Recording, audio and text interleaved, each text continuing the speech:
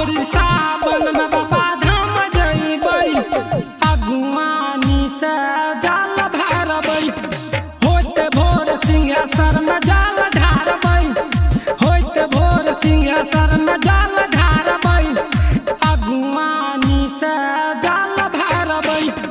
अबरी सावन में बाबा धाम जइबै, अगुवानी से जाल भरबै।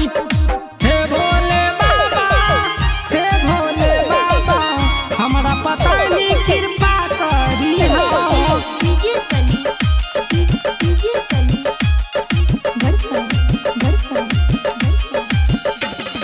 कब से हम सोचने रही जइबै बाबा धाम रे, जइबै बाबा धाम रे।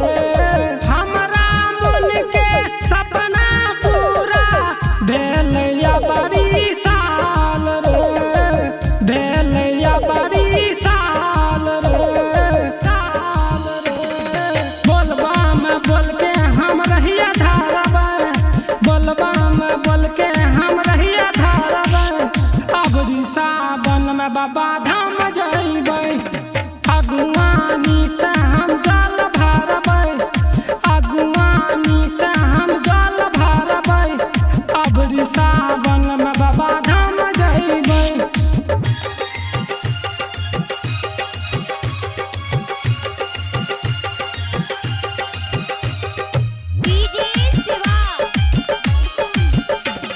यादव किशोर के साथ हम जइबै, पैबै बाबा के दर्शन हो, पैबै बाबा के दर्शन हो। मन के श्रद्धा पूरा हो जइतै, रहबै सब दिन